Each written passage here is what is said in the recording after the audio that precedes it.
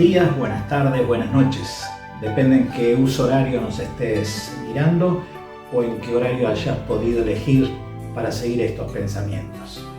En este nuevo domingo de resurrección queríamos desearte felices Pascuas de resurrección, porque Cristo ha resucitado y es eso lo que celebramos. Y queremos aprovechar una nueva ocasión de una Semana Santa para, movido por algunos hechos muy importantes de esa semana, usar los próximos 25 minutos para reflexionar sobre 3 episodios de la Semana Santa que representan o resumen la historia de Dios, una historia de bendición, aproximándose y llegando al ser humano, un ser humano de espaldas normalmente a Dios. Así que es una linda ocasión. La Semana Santa es una época y un momento de la primera Semana Santa, es una época y un momento de decepciones. La gente esperaba al rey que les iba a librar del imperio romano y aparece en un burrito y lo que quiere es librar sus corazones y ellos no le comprenden. Es una semana de decepción. Algunos discípulos se vuelven atrás, Judas abandona a Jesús, el grupo importante de seguidores desconfía de él y le decepciona. Ellos son decepcionados por la muerte de Cristo porque no lo habían entendido, que él debía morir para después resucitar. Y eso es una semana de expectativas, de ilusiones, pero también de decepciones, de falta de fe, de depresión, como la humanidad en medio del miedo y el temor. Y en medio de eso resurge la figura de Jesús, que resucitado sale al encuentro de esos faltos de fe y temerosos y que tenían una falsa perspectiva por no haber escuchado bien la palabra, y les viene a decir no tengan miedo y a darles una nueva perspectiva. Ese resumen de Semana Santa es el resumen de la historia de Dios con el ser humano. Y mientras nos preparamos para mirar esos 3 episodios, yo quiero invitarte a escuchar y seguir el mensaje de esta hermosa canción de Miel San Marcos que dice: me amaste primero, me envolviste en tus brazos de amor. Esta canción es un resumen de la historia de Dios con el ser humano y bien podría ser un resumen de la Semana Santa. Y sigue diciendo: mi corazón hoy volvió a latir, aliento de vida, soplaste al morir por mí. La muerte de Cristo dio una nueva oportunidad para el ser humano. Soplaste un aliento de vida, me diste un vivir nuevo. Eso es lo que ocurrió en la primera Semana Santa y es lo que ocurre todavía hoy. Y dice: tu perfecto amor echa fuera el temor. Recuerda que te dije que la primera Semana Santa fue una primera Semana Santa de decepción, de miedo, de conmoción, de congoja para los discípulos que no entendían lo que estaba pasando. Dice: tu perfecto amor echa fuera el temor. Y viene a agregar: Rey de mi corazón, desde que llegaste a mí todo cambió. La perspectiva de la nueva Semana Santa viene a decirte que en realidad ese rey que recibieron con aplauso, pero que malinterpretaron porque creía que les iba a librar del imperio romano, quería ser rey del corazón, rey de las vidas, rey de las decisiones, rey del andar, rey de la confianza, rey que viene a echar fuera el temor, rey de mi corazón.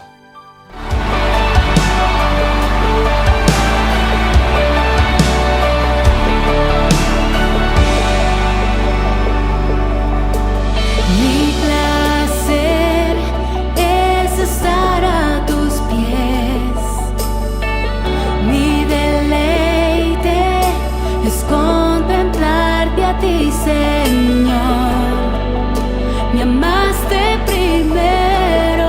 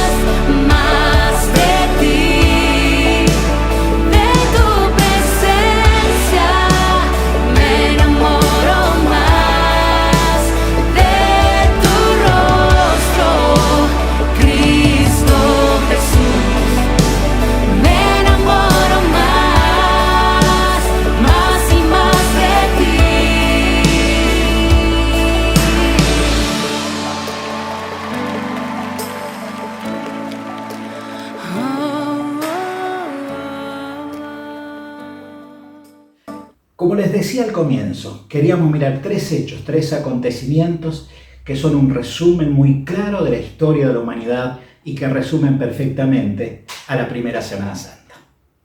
En primer lugar, hay un hecho significativo para mí, que está en Lucas capítulo 19. El otro relato está en Lucas capítulo 24, en el Evangelio de San Lucas capítulo 19 ahora y 24 después. Y el primer hecho y el primer acontecimiento son muy significativos porque tienen que ver con lo que conocemos o llamamos como la entrada triunfal de Jesús a Jerusalén, la entrada triunfal. Y en ese hecho es muy significativo porque Jesús viene hacia la crucifixión. Sus discípulos le acompañan, muchos se suman al cortejo, van entusiasmados, pero pocos de ellos habían entendido que Él iba allí a morir porque lo había anunciado, pero ellos no le habían escuchado con atención, no habían leído las escrituras antiguas con atención y no habían interpretado o no querían oír y querían vivir su propio enfoque de la vida.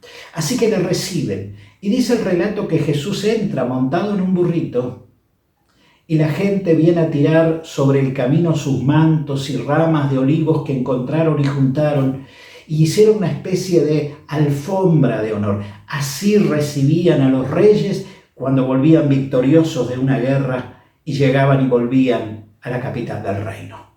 Así recibían a un rey. Cuando ellos ponen sus mantos para que hagan una alfombra para el pasaje de Jesús, si salen a cortar ramas y ponen una alfombra de ramas, estaban queriendo decir, en ese contexto, bienvenido rey. Y gritaban, viva el rey, viva el enviado de Dios, viva el que viene a liberar, el que viene a salvarnos, el que viene a traer paz, viva el rey.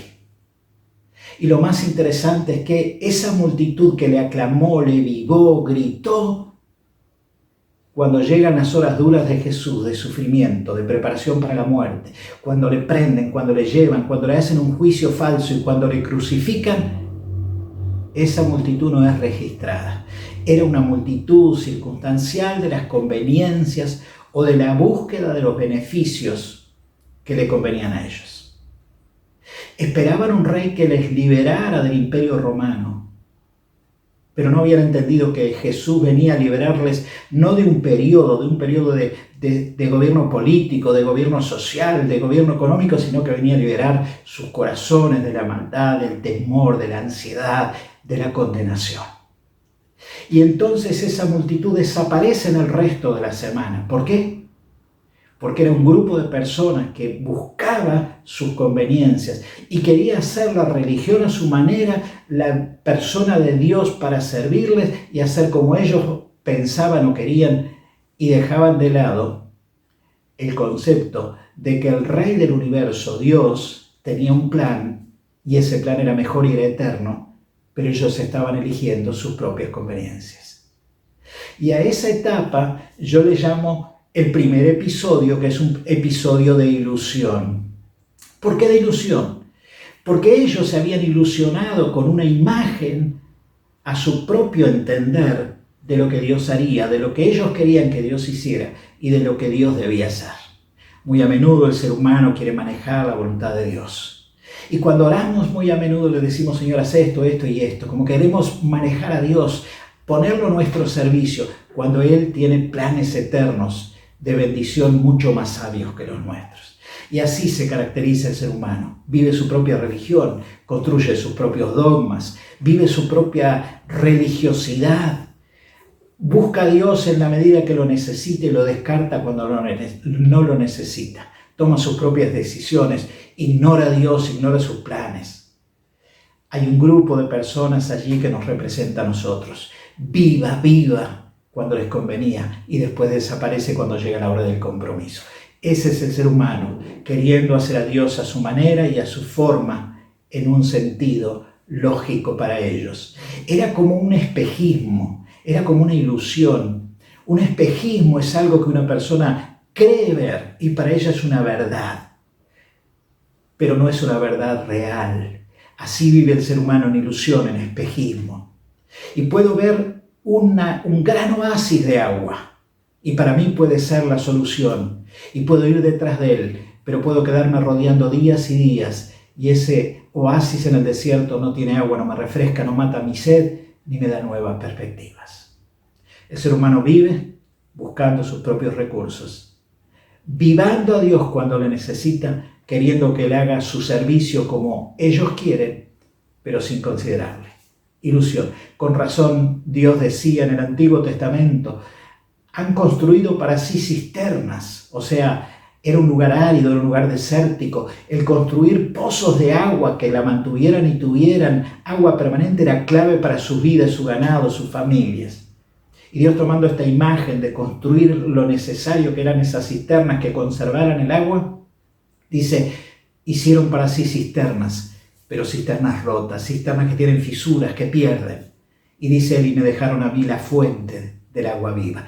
Eligieron construir, buscar, andar detrás de cosas que no llenan, que me invierto en ellas y no me llenan de nada, que construyo y trabajo en la vida, dejando a Dios que es la fuente de vida, y quiero construir para mí cisternas que están rotas. Todo lo que el hombre se empeña dejando a Dios de lado, las decisiones que toma, las cosas en que gasta su vida, son cisternas rotas, no mantienen el agua del gozo, de la bendición, de la plenitud o de la realización humana.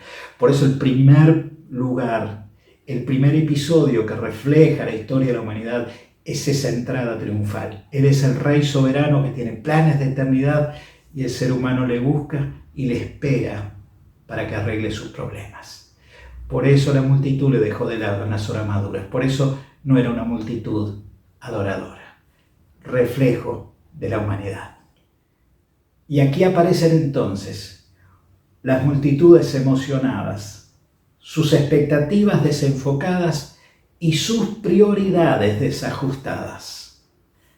Mire si no es un reflejo de la vida del ser humano que deja a Dios de lado y se hunde en la vida detrás de cosas superfluas, de ilusiones, de espejismos. El segundo episodio de esta historia, y que refleja la historia de la humanidad, incluye a tres personajes o tres grupos de personajes. Un grupo de mujeres que a la mañana temprano, el día de la resurrección, va a la tumba. Dos discípulos que ese mismo día salen hacia otra dirección, sin esperar la resurrección, y se van a una distancia relativamente lejos de Jerusalén, dejando de espaldas el milagro de la resurrección. Y en tercer lugar, el grupo de discípulos, el resto de los discípulos, que cuando las mujeres le dicen que tenían la noticia de que había resucitado, y cuando aquellos dos hombres que iban camino a Maús de espaldas a Jerusalén le dicen lo mismo según las noticias que habían obtenido, aquel grupo de discípulos, los que anduvieron con él, los que le siguieron, los que vieron sus milagros, dicen no creemos, y se quedaron sin creer. El segundo episodio es un episodio de confusión. El primero era de ilusión, de espejismo, de dejar a Dios de lado. El segundo es un episodio de confusión. Y miren qué interesante. Aquellas mujeres muy de mañana del tercer día, el día de que había Jesús dicho que resucitaría, van al sepulcro. Y uno diría, qué fantástico. Mujeres que iban llenas de expectativas, iban a esperar su resurrección, iban a demostrar su fe, iban a convocar a otros a que fueran también. Y sin embargo, en vez de convocar a otros con la fe, con la noticia de expectativa, con el poder de Jesús y involucrar a otros en ese gozo, dice que prepararon especies aromáticas y fueron al sepulcro para ungir el cuerpo de Jesús. ¿Saben? En esa cultura, las especies aromáticas eran con las que se bañaba el cuerpo, se cubría el cuerpo de un muerto en el sepulcro, para que cuando viniera la putrefacción propia de la muerte, los olores no inundaran tanto el contexto. Era parte de una honra al cuerpo, era parte de un honor al cariño y al afecto de quien había sido en vida, pero era como decir, queremos mantener tu recuerdo de olor fragante. Y lo interesante es que esas mujeres llenas de buenas intenciones y recuerdos gratos de Jesús cometen un error, porque van a llevarle a alguien que iba a resucitar honores de un muerto en putrefacción. Y todo aquello que parece un gran gesto bien intencionado estaba basado en no haber escuchado con atención que el tercer día, el día que ellas iban, Jesús iba a resucitar. Estaban faltas de fe, estaban llenas de mal entendimiento de la palabra, llenas de distracciones, tan concentradas en sus propias vidas que no habían escuchado con atención el mensaje importante de la resurrección.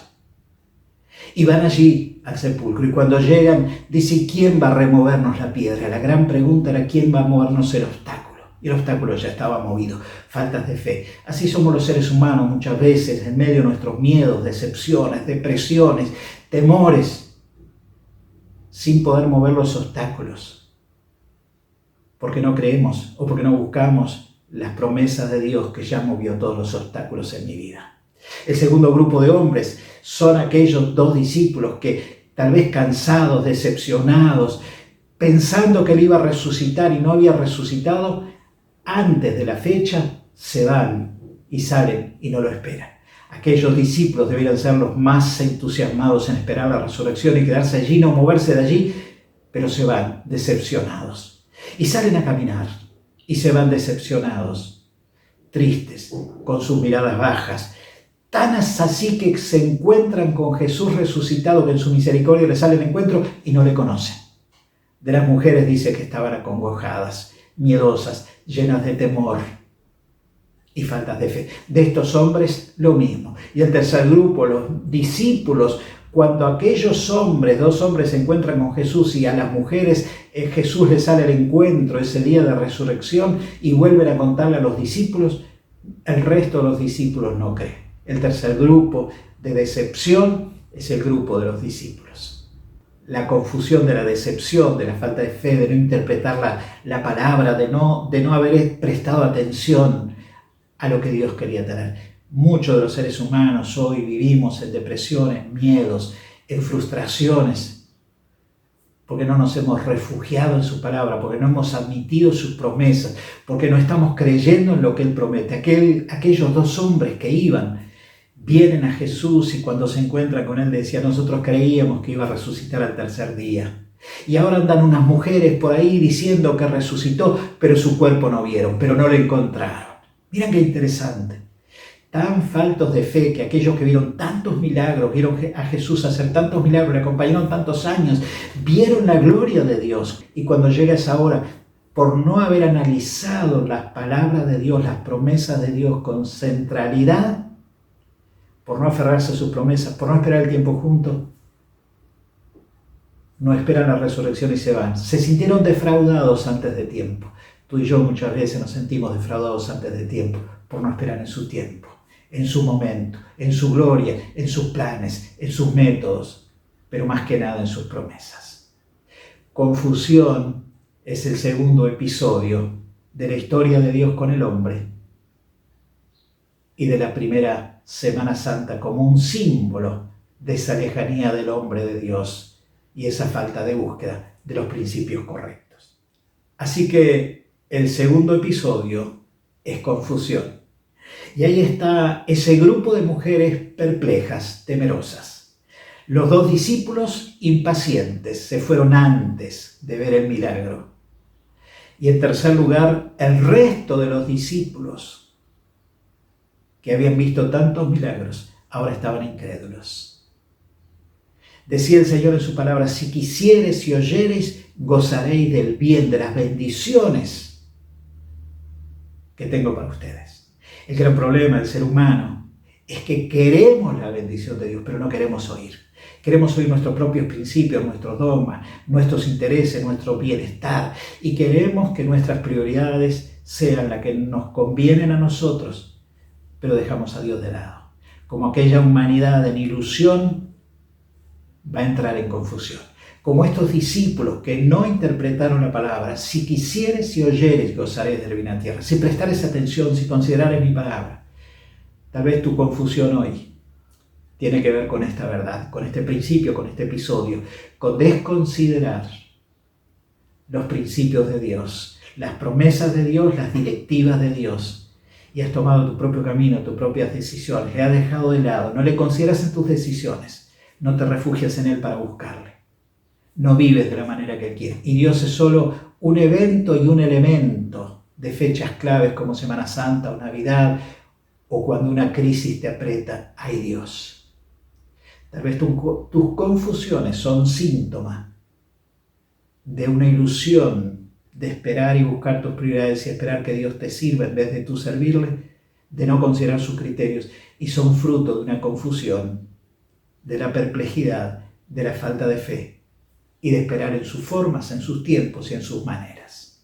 Y antes de entrar al tercer episodio de esta historia, yo quiero animarte a escuchar con atención esta linda letra que dice creeré. Y si Dios está a nuestro lado, está la bendición. Porque el principio de la relación de Dios con el ser humano es eso. Mientras vivimos en nuestra ilusión y en nuestra confusión, nos cuesta creer, nos cuesta buscarle, nos cuesta dar los pasos necesarios en obediencia para vivir la bendición, y queremos cortar atajos, cortar camino, hacer a nuestra manera, vivir de espaldas a Dios, dejarlo en un rincón, usar nuestra vida y nuestras prioridades como queremos. Y esta canción dice creeré. La confusión se disipa cuando yo logro creer. Y el tercer episodio tiene que ver con la bendición. Y mientras nos preparamos para revisarlo, escucha con esta atención esta canción. Creeré, creeré.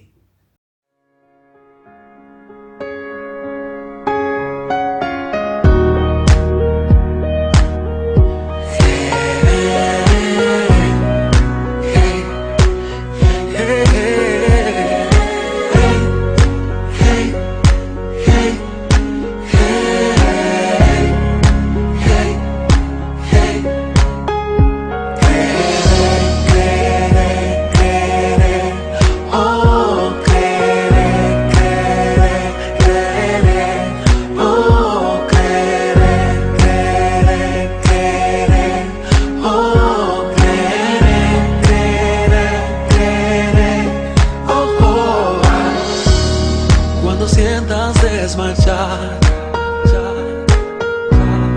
y que ya no hay fuerzas para continuar, has pensado abandonar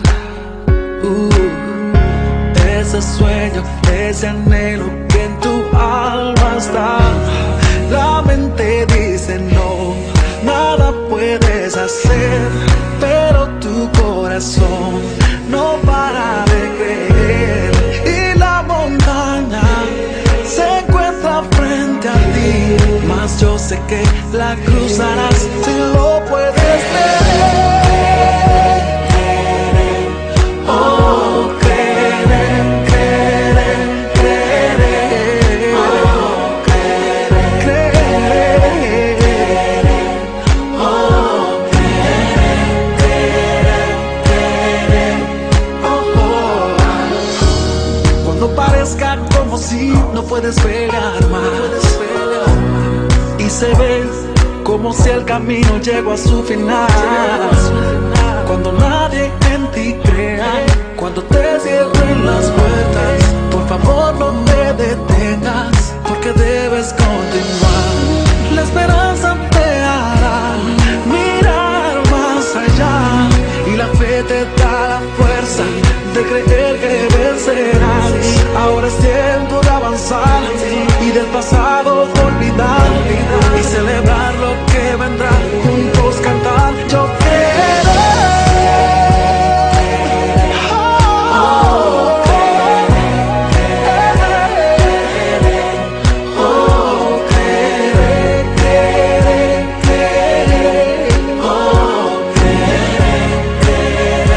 creeré. Y las palabras que vendrán intentando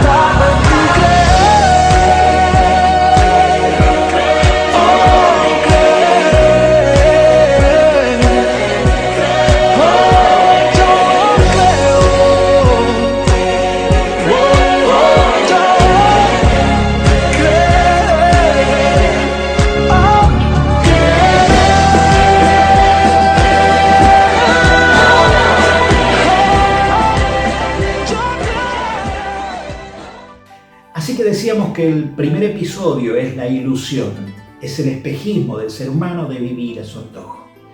El segundo criterio tiene que ver con confusión.